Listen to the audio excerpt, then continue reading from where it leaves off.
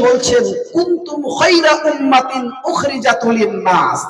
পৃথিবীতে যত সৃষ্টি জগৎ আছে, পৃথিবীতে যত প্রাণীকুল আছে, পৃথিবীতে যত বস্তু আছে, সবথেকে উৎকৃষ্ট, সবথেকে সম্মান, সবথেকে সুদর্শন, সবথেকে জ্ঞানী, সবথেকে পাণ্ডিত্য, সবথেকে বিবেক বুদ্ধি বিবেচনা দিয়ে এই পৃথিবীর বুকে আমি একটা জাতিকে তৈরি করেছি। তারা হচ্ছে উখরিজাতুল লিন-নাস, মানুষ জাতি। আপনি দেখুন পৃথিবীর বুকে হাজারো প্রাণী রয়েছে, হাজারো প্রাণী রয়েছে। সেই প্রাণীকুল দিকের দিকে আপনি তাকিয়ে দেখুন, আর আপনি আপনার চেহারার দিকে তাকিয়ে দেখুন, আপনি আপনার বিবেচনার দিকে তাকিয়ে দেখুন যে আপনি উৎকৃষ্ট নাকি পৃথিবীর অন্য কোন প্রাণী উৎকৃষ্ট। আল্লাহ বলছে না, কুনতুম খায়রা উম্মাতিন উখরিজাত লিন-নাস। পৃথিবীর বুকে আমি শ্রেষ্ঠত্ব দান করেছি, পৃথিবীর বুকে আমি সৌন্দর্য দিয়েছি, পৃথিবীর বুকে জ্ঞান বুদ্ধি বিবেক বিবেচনা সমস্ত কিছু আদর্শ দিয়ে পরিপূর্ণ করে শ্রেষ্ঠ জাতি হিসেবে যাদেরকে তৈরি করেছি তারা হচ্ছে মানুষ জাতি। এবার বলুন, আল্লাহ আপনাকে অন্য প্রাণীর মতো তৈরি করতে পারতেন, অন্য প্রাণীর মতো রূপ লাবণ্য দিতে পারতেন, কিন্তু দেননি কেন? কারণ আল্লাহ বলছে আমি মানুষকে ভালোবাসি, মানুষকে ভালোবাসি। আল্লাহ বলেন, কুল ইন কুনতুম তুহিব্বুনাল্লাহ ফাত্তাবিউনি ইউহিব্বুকুমুল্লাহ ইয়াগফির লাকুম যুনুবাকুম ওয়াল্লাহু গফুরুর রহিম। মহান আল্লাহ পাক রব্বুল আলামিন তিনার প্রিয় হাবিব জনাবে মুহাম্মদুর রাসূলুল্লাহ সাল্লাল্লাহু আলাইহি ওয়াসাল্লামকে সম্বোধন করে বলছেন, হে নবী গো, তুমি বলে দাও, গোটা পৃথিবীর মানব কুলকে বলে দাও, গোটা পৃথিবীর মানুষ জগৎকে বলে দাও, ইন কুনতুম তুহিব্বুনাল্লাহ, তারা যেন আমাকে ভালোবাসে। ফাত্তাবিউনি ইউহিব্বুকুমুল্লাহ, আমি আল্লাহ তাদেরকে ভালোবাসবো। আল্লাহ বলছে তুমি বলো, তারা যদি আমাকে ভালোবাসে, আমার নৈকট্য লাভ করতে পারে, আমার দেওয়া বিধানকে পৃথিবীর বুকে মান্যতা দিতে পারে, আমার দেওয়া বিধানকে পৃথিবীর বুকে বাস্তবায়ন করতে পারে, আমার দেওয়া আইন কানুন বিধান ব্যবস্থাকে প্রত্যেকটা পদক্ষেপকে পৃথিবীর বুকে যদি বাস্তবায়ন করতে পারে, আমি আল্লাহ তাদেরকে ভালোবাসবো। শুধু ভালোবেসেই ক্ষান্ত হব না। আল্লাহ বলছে ফাত্তাবিউনি ইউহিব্বুকুমুল্লাহ ইয়াগফির লাকুম যুনুবাকুম ওয়াল্লাহু গফুরুর রহিম। আমি আল্লাহ তাদের জীবনের আগেকার পিছেকার সমস্ত গুনাহ ক্ষমা করে দেব।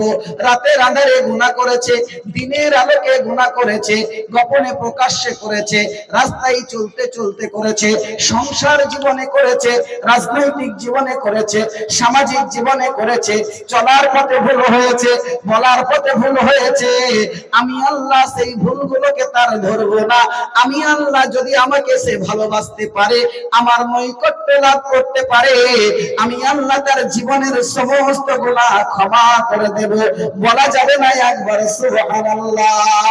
ও বিরল চোখের মানুষ, ভগল দিঘি অত্র এলাকার মানুষ, আমি আপনাকে বলতে চাই, আমরা জ্ঞানী গুণী সম্মানী ব্যক্তিত্ব, আজকে আমাদের মাঝে বিভেদ কেন হবে? আমাদের মাঝে কেন আজকে দ্বন্দ্ব নেমে আসবে?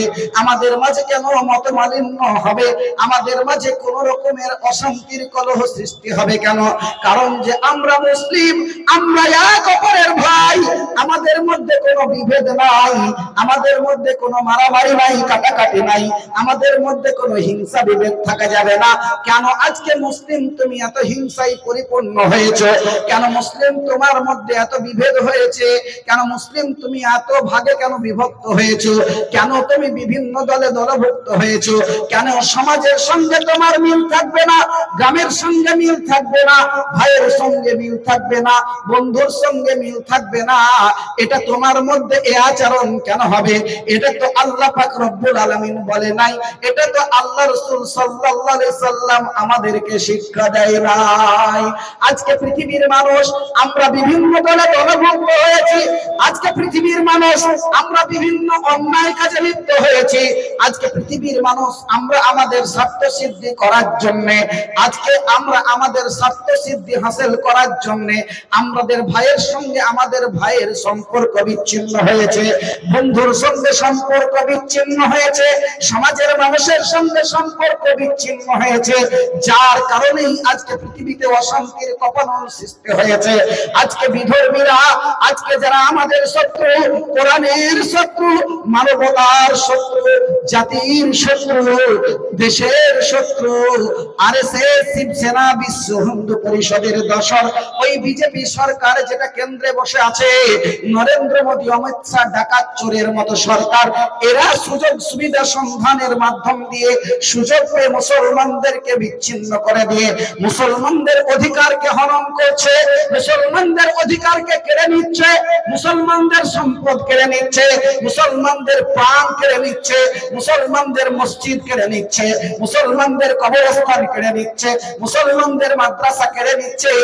এর একটাই কারণ, আমাদের মধ্যে দ্বিধাদ্বন্দ্ব, আমাদের মধ্যে যে বিভেদ, সেই বিভেদটাকে কাজে লাগিয়ে বিপক্ষ দল আমাদের সেই সুযোগটা পেয়ে মুসলিমদেরকে পৃথিবীর মুখ থেকে, তথাপি ভারতবর্ষের মাটি থেকে উৎখাত করে দিয়ে তারা হিন্দুত্ব কায়েম করার চেষ্টা করছে।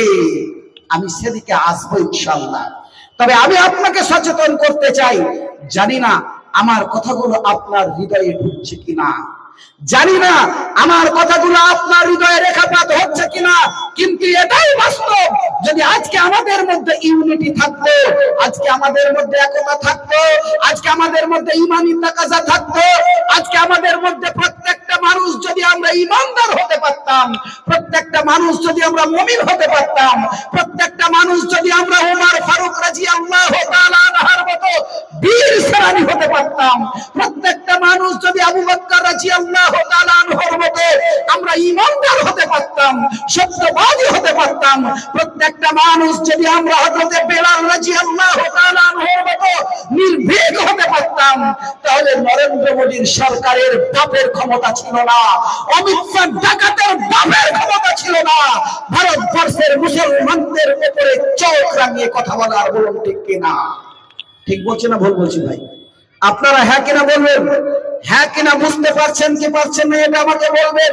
যদি বুঝতে না পারেন তাহলে আমি আবার বুঝিয়ে দেব, আর যদি আপনাকে বুঝাতে না পারি তাহলে সেটা আমার ব্যর্থতা, সেটা আমার দুর্বলতা। আসুন আমি আপনাকে পর্যায়ক্রমে আলোচনা দিকে এগিয়ে যাই এবং আপনাকে আমি সঠিক তথ্য দিতে চাই। আল্লাহ পাক রব্বুল আলামিন বলছেন, আল্লাহ রাব্বুল আলামিন বলছেন, কুনতুম খায়রা উম্মাতিন উখরিজাত লিন-নাস তা'মুরুনা বিল মা'রুফ ওয়া তানহাউনা আনিল মুনকার।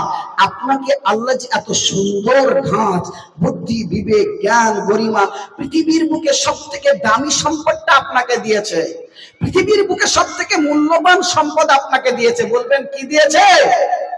আপনি যদি আপনার মনিকোঠায় আপনি যদি একবার জিজ্ঞেস করেন, আপনি যদি একবার প্রশ্ন করেন, বলেন পৃথিবীর বুকে বেঁচে থাকতে গেলে পরে যেটা সব থেকে প্রয়োজন, পৃথিবীর বুকে মানুষ যদি একদিন পানি না খায়, পানি পান না করে, মানুষ বেঁচে থাকবে কি থাকবে না ভাই?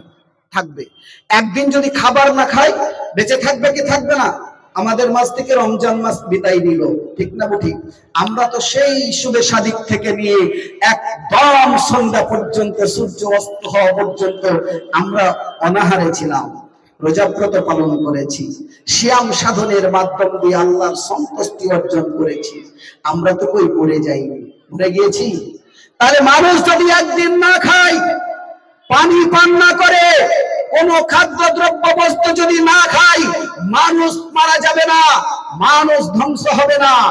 কিন্তু এমন একটা বস্তু আল্লাহ দিয়েছেন, যেই বস্তুটা যদি আপনার কাছে এক সেকেন্ড বন্ধ হয়ে যায়, আপনি আর জীবনের এই আলো বাতাস, এই সংসার ধর্ম, এই রাজনৈতিক প্ল্যাটফর্মে আপনার আর কোনো স্থান থাকবে না।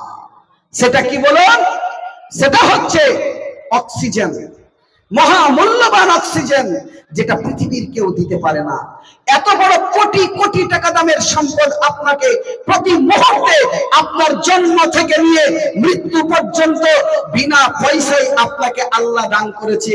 আপনি আর কি চান আল্লাহর কাছে? আর কি চান?